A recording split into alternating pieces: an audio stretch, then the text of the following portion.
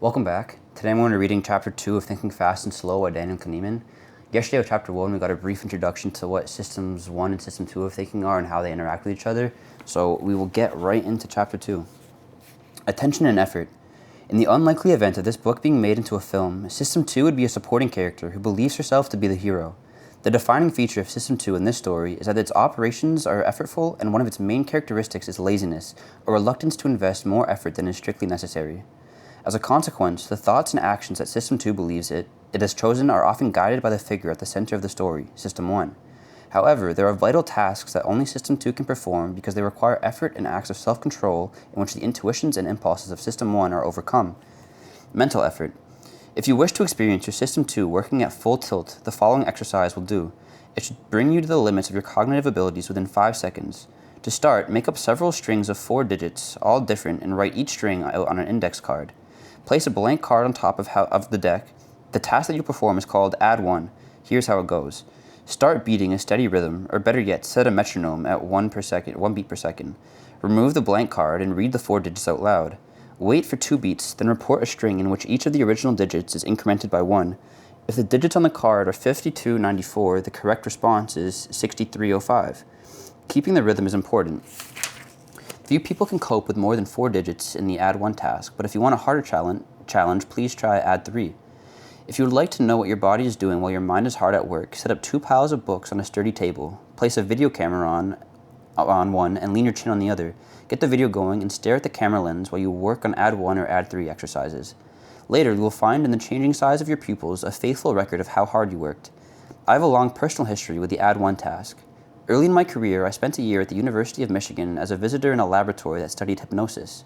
Casting about for a useful topic of research, I found an article in Scientific American in which the psychologist Eckhard Hess described the pupil of the eye as a window to the soul.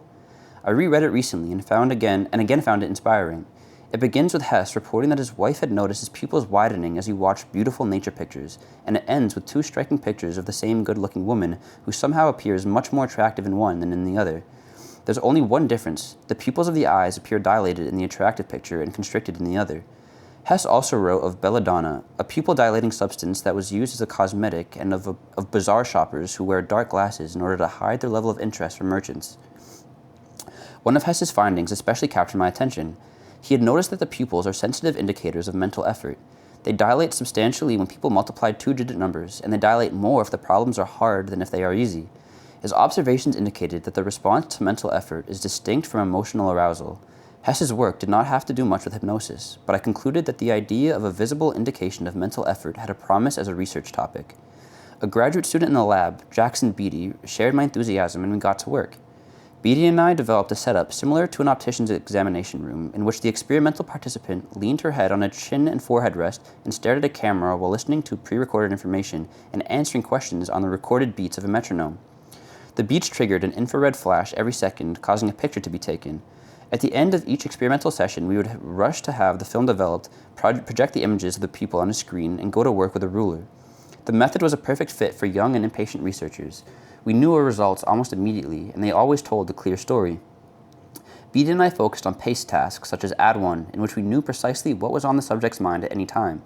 We recorded strings of digits on beats of the metronome, and I instructed the subject to repeat or transform the digits one by one, maintaining the same rhythm. We soon discovered that the size of the pupil varied second by second, reflecting the changing demands of this task. The shape of the response was an inverted V. As you experienced it, if you tried Add 1 or Add 3, effort builds up with every added digit that you hear, reaches almost an intolerable peak as you rush to produce a transformed string during and immediately after the pause, and relaxes gradually as you unload your short-term memory. The pupil data corresponded precisely to subjective experience. Longer strings reliably caused larger dilations. The transformation task compounded the effort, and the peak of pupil size coincided with maximum effort. Add 1 with 4 digits caused a larger dilation than the task of holding 7 digits for immediate recall. Add 3, which is much more difficult, is the most demanding that I ever observed. In the first 5 seconds, the pupil dilates by about 50% of its original area, and heart rate increases by about 7 beats per minute. This is as hard as people can work. They give up if more is asked of them. But we exposed our subjects to more digits than they could remember. Their pupils stopped dilating or actually shrank. We worked for some months in a spacious basement suite in which we had set up a closed-circuit system that projected an image of the subject's pupil on a screen in the corridor. We could also hear what was happening in the laboratory. The diameter of the projected pupil was about a foot. Watching it dilate and contract when the participant was at work was a fascinating sight, quite an attraction for visitors in our lab. We amused ourselves and impressed our guests by our ability to divine when the participant gave up on a task. During a mental multiplication, the pupil normally dilated to a large size within a few seconds and stayed large as long as the individual kept working on the problem. It contracted immediately when she found a solution or gave up. As we watched from the corridor, we were sometimes surprised, both the owner of the pupil and our guests, by asking, "Why did you just stop working now?" The answer from inside the lab was often, "How did you know?" To which we would reply, "We have a window to your soul." The casual observations we made from the corridor were sometimes as informative as the formal experiments. I made a significant discovery as I was idly watching a woman's pupil during a break between two tasks. She had kept her position on the chin rest so I could see the image of her eye while she engaged in routine conversation with the experimenter. I was surprised to see that the pupil remained small and did not noticeably dilate as she talked and listened. Unlike the tasks that we were studying, the mundane conversation apparently demanded little or no effort, no more than retaining 2 or 3 digits. This was a eureka moment. I realized that the tasks we had chosen for study were exceptionally effortful. An image came to mind. Mental life. Today I would speak of the life of System 2. It is normally conducted at the pace of a comfortable walk, sometimes interrupted by episodes of jogging, and on rare occasions by a frantic sprint. The Add 1 and Add 3 exercises are sprints, and casual chatting is a stroll. We found that people, when engaged in a mental sprint, may become effectively blind. The authors of Invisible Gorilla had made the gorilla invisible by keeping the observers intensely busy counting passes. We reported a rather less dramatic example of blindness during Add 1. Our subjects were exposed to a series of rapidly flashing letters while they worked. They were told to give the task complete priority, but they were also asked to report at the end of the digit task whether the letter K had appeared at any time during the trial. The main finding was that the ability to detect and report the target letter changed in the course of the 10 seconds of the exercise. The observers almost never missed a K that was shown at the beginning or near the end of the Add 1 task, but they missed the target almost half the time when mental effort was at its peak, although we had pictures of their wide-open eye staring straight at it. Failures of detection followed the same inverted V pattern as the dilating pupil. The similarity was reassuring. The pupil was a good measure of the physical arousal that accompanies mental effort, and we could go ahead and use it to understand how the mind works. Much like the electricity meter outside your house or apartment, the pupils offer an index of the current rate at which mental energy is used. The analogy goes deep. Your use of electricity depends on what you choose to do, whether to light a room or toast a piece of bread. When you turn on a bulb or a toaster, it draws the energy it needs, but no more. Similarly, we decide what to do, but we have a limited control over the effort of doing it.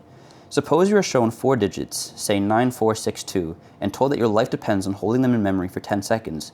However much you want to live, you cannot exert as much effort in this task as you would be forced to invest to complete an Add 3 transformation on the same digits. System 2 and the electrical circuits in your home both have limited capacity, but they respond differently to threatened overload. A breaker trips when the demand for current is excessive, causing all devices on that circuit to lose power at once. In contrast, the response to mental overload is selective and precise. System 2 protects the most important activity, so it receives the attention it needs. Spare capacity is allocated second by second to other tasks. In our version of the gorilla experiment, we instructed the participants to assign priority to the digit task. We know that they followed that instruction because the timing of the visual target had no effect on the main task. If the critical letter was presented at a time of high demand, the subject simply did not see it. When the transformation task was less demanding, detection performance was better. The sophisticated allocation of attention had been honed by a long evolutionary history. Orienting and responding quickly to the gravest threats or most promising opportunities improved the chance of survival, and this capability is certainly not restricted to humans. Even in modern humans, System 1 takes over in emergencies and assigns total priority to self-protective actions. Imagine yourself at the wheel of a car that unexpectedly skids on a large oil slick. You will find that you have responded to the threat before you became fully conscious of it.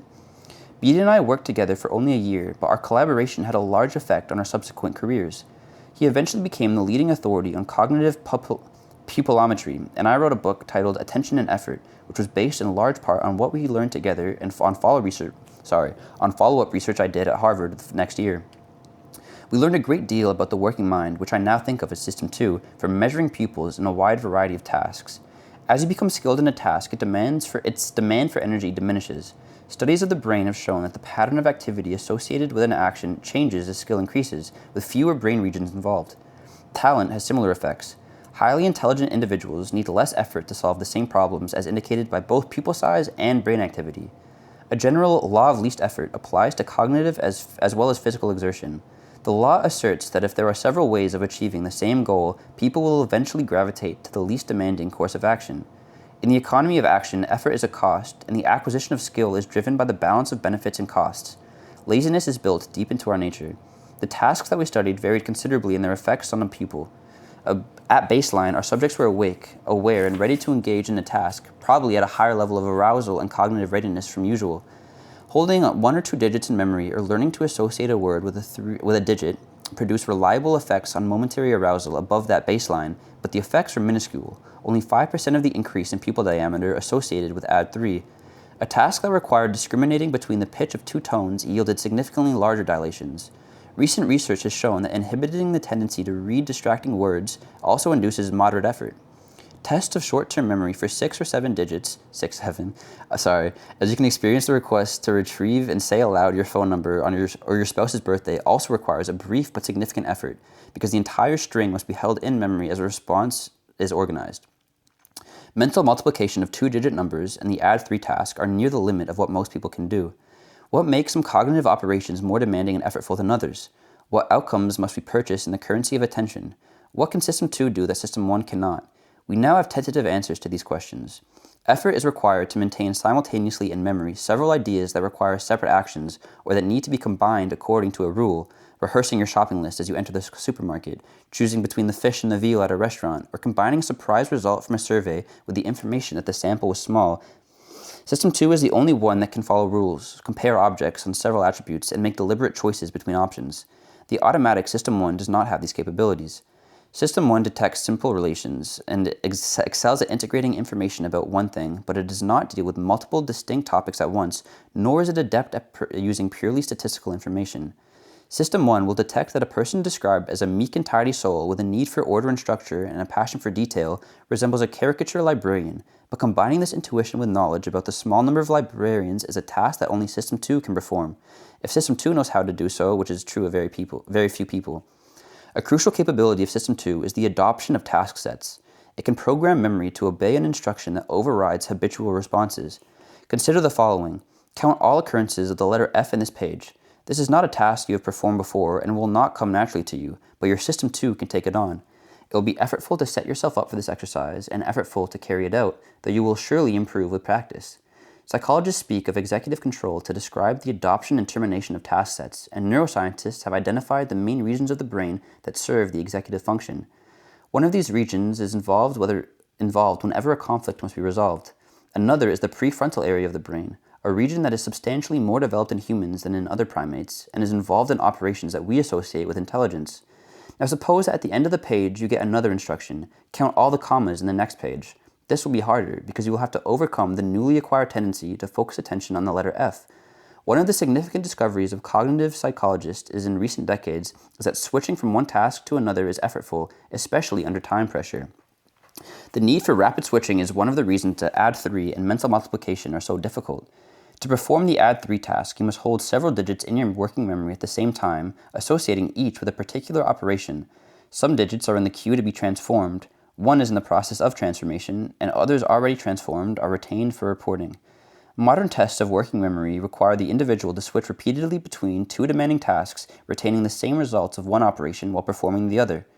People who do well on these tests tend to do well on tests of general intelligence. However, the ability to control attention is not simply a measure of intelligence.